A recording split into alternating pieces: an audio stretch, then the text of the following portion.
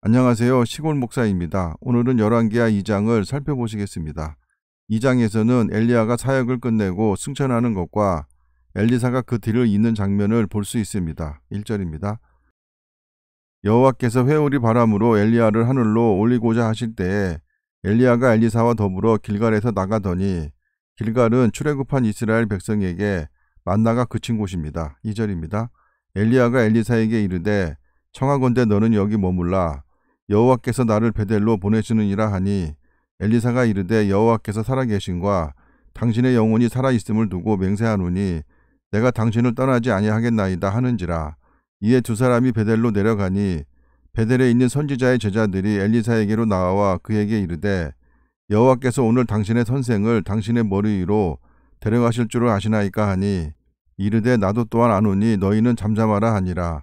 잠잠하라는 것은 거룩한 일에 대해 함부로 말하지 말라는 것으로 보입니다. 4절입니다.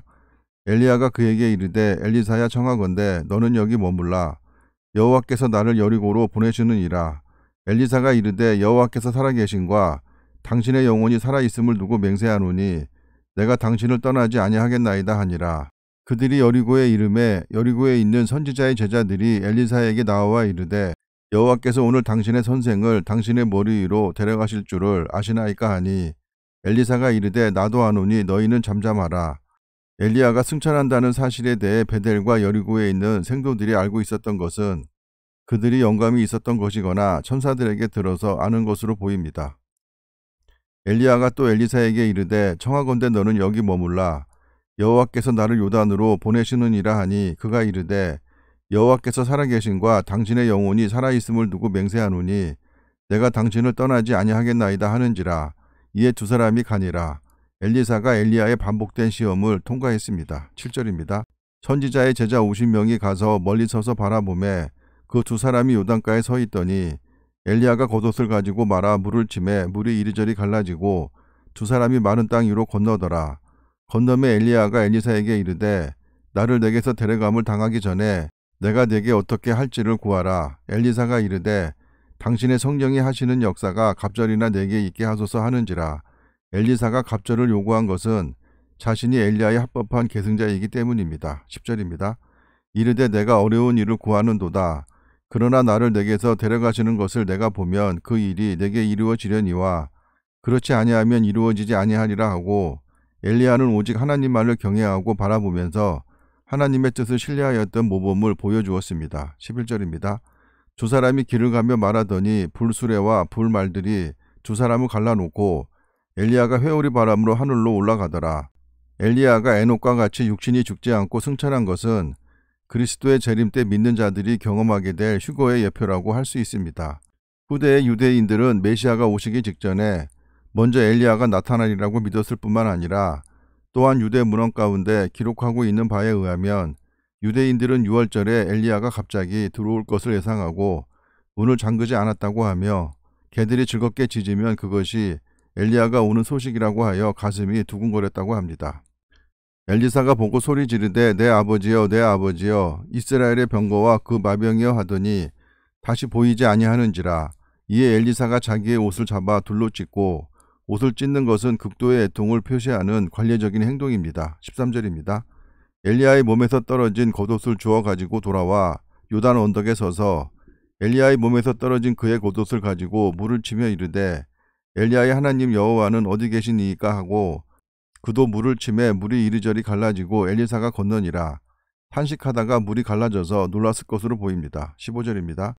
맞은편 여리고에 있는 선지자의 제자들이 그를 보며 말하기를 엘리야의 성령이 하시는 역사가 엘리사 위에 머물렀다 하고 가서 그에게로 나아가 땅에 엎드려 그에게 경배하고 그에게 이르되 당신의 종들에게 용감한 사람 50명이 있으니 청하건대 그들이 가서 당신의 주인을 찾게 하소서. 염려하건대 여호와의 성령이 그를 들고 가다가 어느 산에나 어느 골짜기에 던지셨을까 하나이다 하니라. 엘리사가 이르되 보내지 말라 하나 엘리야의 영혼만 하늘로 올라갔다고 생각했기에 엘리야의 육체가 어느 높이만큼 올라간 후에 지상 어디엔가로 떨어졌으리라고 생각했던 것 같습니다. 17절입니다. 무리가 그로 부끄러워하도록 강청함에 보내라 한지라. 그들이 50명을 보냈더니 사흘 동안을 찾되 발견하지 못하고 엘리사가 여리고에 머무는 중에 무리가 그에게 돌아오니 엘리사가 그들에게 이르되 내가 가지 말라고 너희에게 이르지 아니하였느냐 하였더라. 그 성읍 사람들이 엘리사에게 말하되 우리 주인께서 보시는 바와 같이 이 성읍의 유치는 좋으나 물이 나쁨으로 토산이 익지 못하고 떨어지나이다. 여리고의 물이 나쁜 것은 여리고성에 대한 여호수아의 저주에 의한 것으로 말하는 사람도 있습니다. 20절입니다. 엘리사가 이르되 새 그릇에 소금을 담아 내게로 가져오라 하매 곧 가져온지라. 엘리사가 물 근원으로 나아가서 소금을 그 가운데에 던지며 이르되 여호와의 말씀이 내가 이 물을 고쳤으니 이로부터 다시는 죽음이나 열매 맺지 못함이 없을지니라 하셨느니라 하니, 이때 엘리사가 고치는 우물이 지금도 여리고에 존재하고 있다고 하는데 수량이 꽤나 크다고 합니다. 22절입니다. 그 물이 엘리사가 한 말과 같이 고쳐져서 오늘에 이르렀더라. 엘리사가 거기서 베델로 올라가더니 그가 길에서 올라갈 때에 작은 아이들이 성읍에서 나와 그를 조롱하여 이르되 대머리에 올라가라 대머리에 올라가라 하는지라. 엘리사가 뒤를 돌이켜 그들을 보고 여호와의 이름으로 저주하매 곧 수풀에서 앙콤 둘이 나와서 아이들 중에 42명을 찢었더라. 엘리사가 거기서부터 갈멜산으로 가고 거기서 사마리아로 돌아왔더라. 엘리야는 은둔 생활을 한 데 비해 엘리사는 사람들과 교제하며 왕의 상담자 역할을 하기도 했습니다. 엘리야는 에녹과 함께 죽음을 보지 않고 승천한 인물로서 장차 예수님께서 오실 때 살아서 승천할 성도들의 대표자가 되었습니다. 그리고 하나님이 엘리사에게 영감을 갑절이나 입혀 엘리야의 사역을 감당하게 하신 것은 한 시대와 인물은 지나갈지라도 하나님의 말씀은 계속 증거되어야 하기 때문일 것입니다. 감사합니다.